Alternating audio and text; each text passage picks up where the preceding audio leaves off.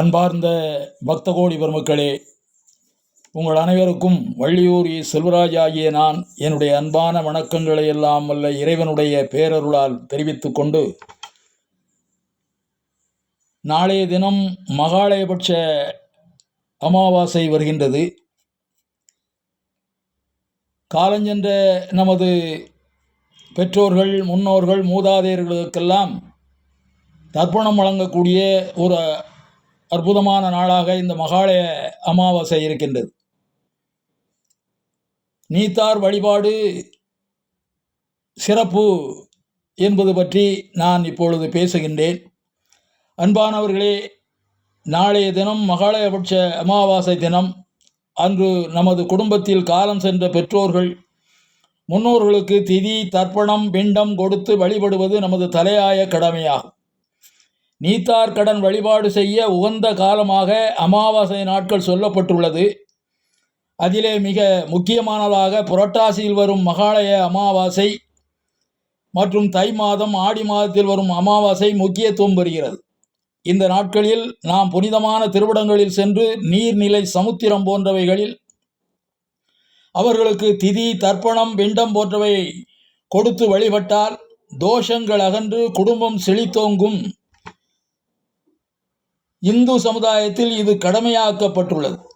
மனித பிறவியானது கிடைத்தற்கரிய பெரும்பிறவியாகும். அதனால்தான் ஔவையாரம்மை அரிதரிது மானிடராய் பிறத்தல் அரிது என்று சொன்னார்.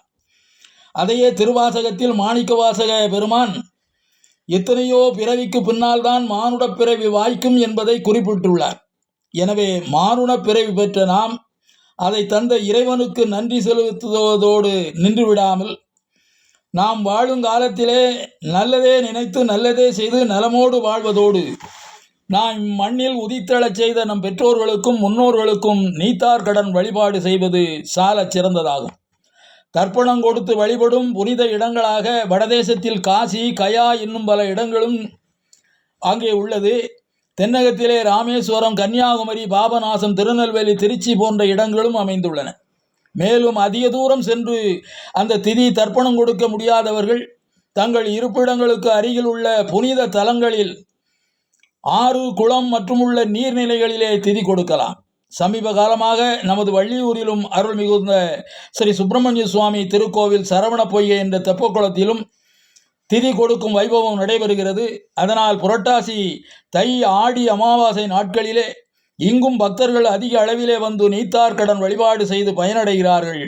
நாம் அன்றைய தினம் கொடுக்கக்கூடிய அந்த எள்ளும், அரிசியும், தண்ணீரும் நமது பெற்றோரும் முன்னோரும் அவர்கள் என்ன பிறவி எடுத்திருந்தாலும் அப்பிறவிக்கு தக்கவாறு ஏற்றவாறு உணவாக இறையருளால் மாற்றி கொடுக்கப்படுகிறது. உதாரணமாக, நமது நாட்டிலே உள்ள ரூபாயானது வெளிநாடுகளில் செல்லும் பொழுது டாலராகவும் தினாராகவும் மாறுவது போல என்று நாம் அதை கொள்ளலாம். நாம் கொடுக்கக்கூடிய அந்த திதியானதை கடவுள் அவர்களுக்கு வேண்டிய பொருளாக அங்கே மாற்றி கொடுக்கின்றார். அதன் காரணமாக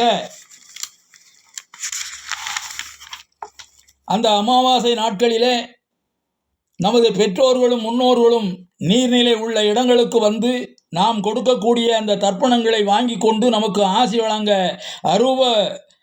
ரூப வடிவத்திலே வருவதாக ஆன்றோர்கள் சொல்லியுள்ளார்கள். இதை பொதுமறையான வள்ளுவமும் வருகின்றது. தென்புலத்தார் தெய்வம் விருந்தொக்கல் தான் என்றாங்கு ஐம்புலத்தார் ஓம்பல் தலை என்று 43வது குறளிலே சொல்லியிருக்கின்றார் வள்ளுவர் பெருமானார். ஒரு பிள்ளையை பெற்று வளர்த்து ஆளாக்கி பார்ப்பதில் அப்பெற்றோர் அடையும் மகிழ்ச்சி அளவில்லாதது. அதுபோல் முன்னோரும் குடும்பத்தில் உள்ளவர்கள் நற்பெயர் பெற்றால் அக்குடும்பத்திற்கே பெருமையாகும். அதுவும் அவர்களையே பெருமடைய செய்வதாகும். ஆக பெற்றோரும் முன்னோரும் போற்றி வழிபடக்கூடியவர்கள், அவர்கள் போற்றி வழிபடக்கூடியவர்கள் ஆவார். இன்று நம்முடைய நிலையை காண அவர்கள் நம்மோடு மண்ணுலையில் இல்லாவிட்டாலும் விண்ணுலையில் இருந்து அவர்கள் ஆசி தொடர்ந்து நமக்கு கிடைத்திடவும் அதற்கு வழி செய்யும் விதமாக எல்லாம் வல்ல இறைவன் திருவடியை பணிந்து வணங்கி வேண்டுவோம். மேலும் இந்நாளில் நம்மை பெற்றவர்கள் நம்மோடு இருந்தால் வயதான காலத்தில் அவர்களை தவிக்க விடாமல் கண்ணை இமை காப்பது போல காப்பதும் நமது தலையாய கடமை என்பதை உணர்ந்து வாழ்வோம், வளம் பெறுவோம். நன்றி, வணக்கம்.